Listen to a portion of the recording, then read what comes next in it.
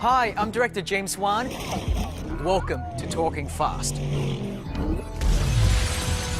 A feature where you get a driver's seat view into some of the key moments from the film. It's up close, very personal, and full throttle. Yeah! So if you're ready, I think we should start at the beginning. Here we go.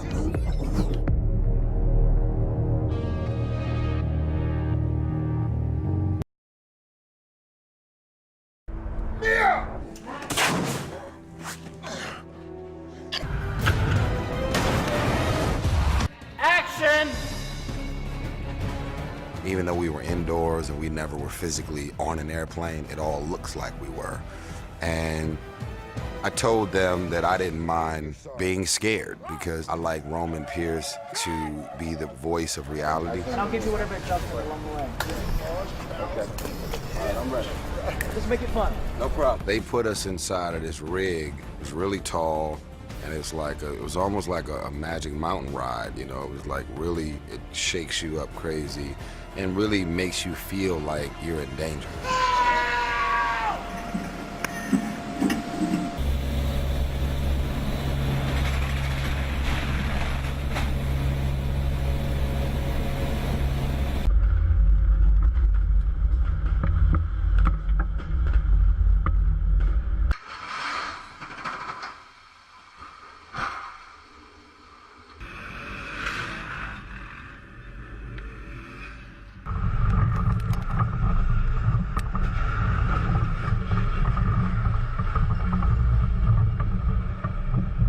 Effects work that helped me to achieve my vision to take it to that next level that I needed it to be at. We're in Abu Dhabi. It's a whole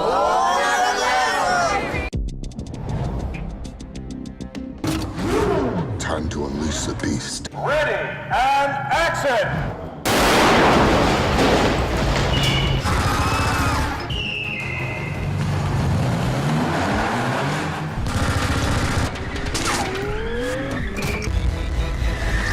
Oh, shit!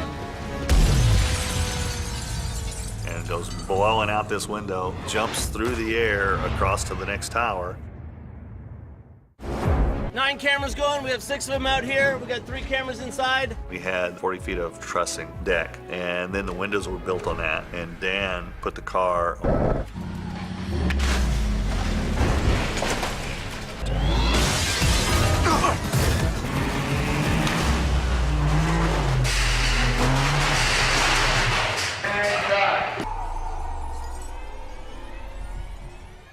Say car, you guys snap around, and you will see the car jumping through, and then run right toward us. 3, 2, 1. 3,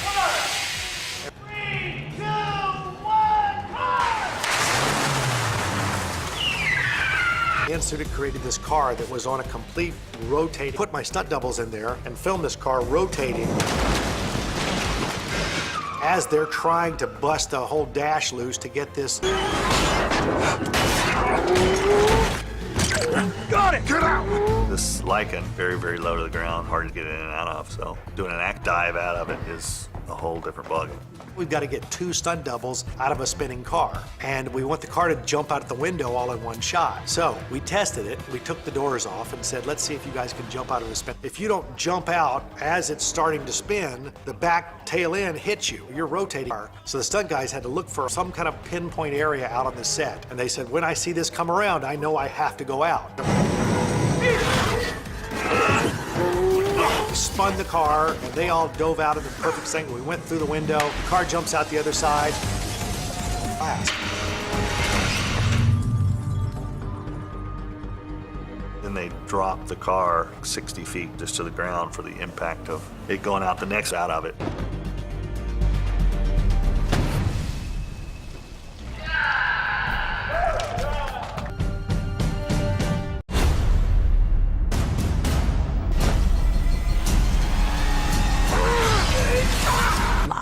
There was a lot of explosions and it felt very realistic. Let's roll, please. Rolling! I did the post drive-up sequence, and that alone, you get to do all this really cool stuff. But those guys in stunts, man, I really gotta say, out of the whole crew, the Splinter unit has the most fun.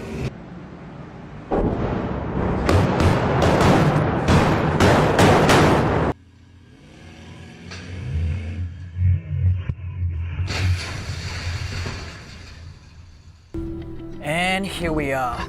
We've arrived at the final scene of this film. It's a scene that is very important to all of us involved in this film. And we know how important it is as well for all the audience and fans out there to get the chance to be able to say goodbye to Paul one last time. And this scene really allows us to sum up our feelings, emotions, and how we all feel about Paul with this final beach sequence. The characters are sitting around, talking amongst themselves, but ultimately, you know, watching Paul play with his family and how happy and joyous he is. And we knew from day one that we wanted to give Paul a happy farewell, that we sent him off in a very honorable way and one that would celebrate his life and that would celebrate his involvement in this particular franchise.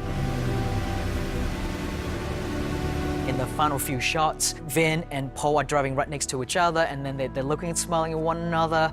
We flash away to all these different shots from this particular franchise, and we get to see how far Paul has come from the very first Fast and Furious movie all the way to Furious 7, and how much he has grown and how much us as the audience and fans have grown to love this man.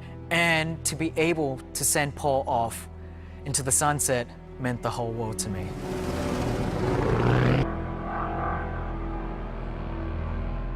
And that's it. Thank you so much for coming with us on this ride, and we'll see you on the next one.